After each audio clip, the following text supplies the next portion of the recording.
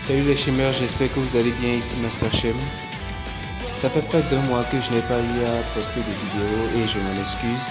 Mais bon, voilà, il y avait pas mal de rectifications à faire concernant la chaîne, concernant les vidéos. Et je peux dire maintenant que voilà, on peut y aller. Si vous voulez en savoir plus concernant ces rectifications, je vous invite à aller voir au niveau de la description de cette vidéo. Et sans plus attendre, passons tout de suite dans le vif de cette vidéo, c'est-à-dire le top 5 des meilleurs duos de Crocus Basket. Let's go!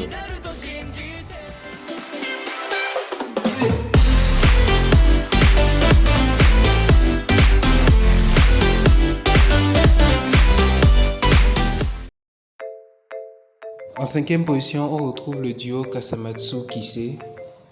Bon, si je les ai mis à cette place, c'est parce que, en fait, les critères de sélection pour les duos se basaient plus sur l'efficacité collective, c'est-à-dire à deux, plutôt que l'efficacité individuelle. Kasamatsu et Kise sont de très grands joueurs. Ils sont forts, il n'y a rien à dire. Mais sur le plan collectif, je dirais que leur stratégie ne se basait que sur faire la passe à Kise ou se débrouiller quand il n'est pas là.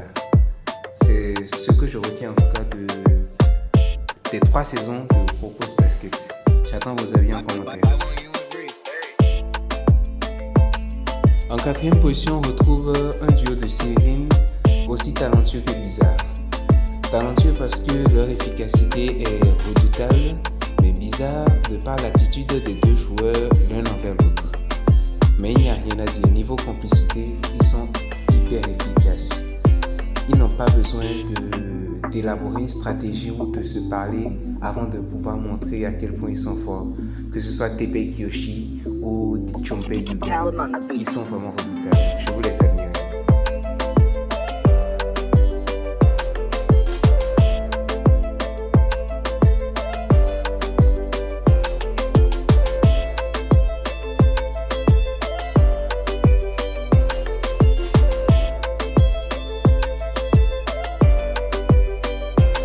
En troisième position, on retrouve un jeune duo qui aurait pu faire des étincelles tout au long de la saison si, bon, voilà, vous connaissez l'histoire. Il s'agit de Daiki Aomine et de Tetsuya Kuroko. Ce jeune duo qui s'est rencontré de manière inattendue a eu à faire très mal dans l'équipe de la génération miracle, celle de Teiko. Mais bon, voilà, il a fallu qu'il y ait eu cette séparation.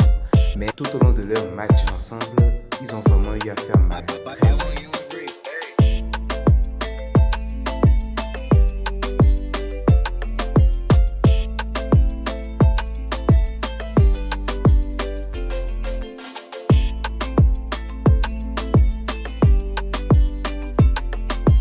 En deuxième position, on retrouve un autre duo qui n'a pu montrer son efficacité que lors d'un seul match. Mais avec seulement cette démonstration, on a pu comprendre qu'ils auraient pu être des adversaires redoutables si on les avait retrouvés dans les 3 saisons de Crocus Basket.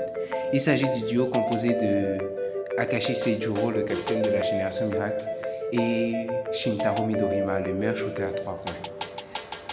Leur complicité était vraiment sensationnelle. Je ne trouve pas d'autres mots. La faculté de faire des passes hyper précises de Akashi, mais compilée avec la précision de Midorima, était tout simplement fantastique.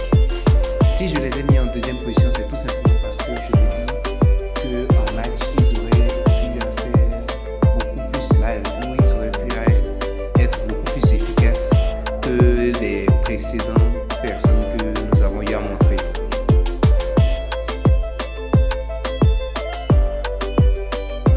Sans surprise, à la première place, on retrouve le duo composé de Taiga Kagami, le tout nouvel arrivé de Serine, et Tetsuya Kuroko, le 6e homme de la génération miracle. Que dire sur ces deux protagonistes qui nous ont régalés, que ce soit les passes de Kuroko, les dunks de Kagami, ses dribbles, ses passes. C'était vraiment, voilà quoi, ouf.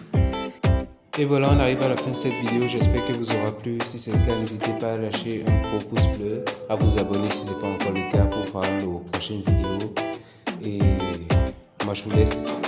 Bye.